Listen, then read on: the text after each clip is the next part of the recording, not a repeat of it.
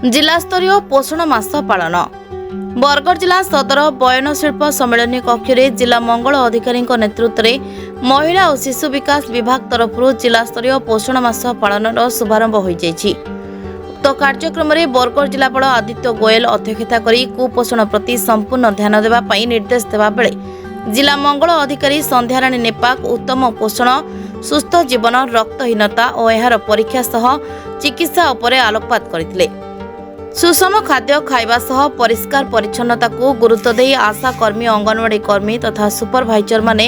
यथेष्ट जत्नवान हेबा पई सम्मानित अतिथि माने मतव्यक्त करथिले। एथिरे जिला कृषि अधिकारी प्रसन्न कुमार मिश्र, जिला सूचना और लोकसंपर्क अधिकारी प्रहलाद खोसला, जल विभाजिका एपीडी सौभाग्य राणी बेहरा, पोषण विशेषज्ञ खुशबू अग्रवाल, श्री अन्न डीसीपी नारायण पाणिग्राही,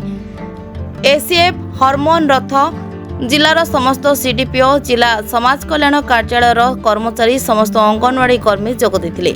कार्यक्रम में स्कूल छात्र छात्री मानक डिबेट, झोटी, क्विज भली विभिन्न प्रतियोगिता करी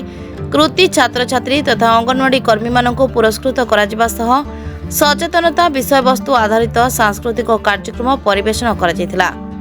बरगढ़ फकीर राणा रिपोर्ट प्रतीक्षा न्यूज।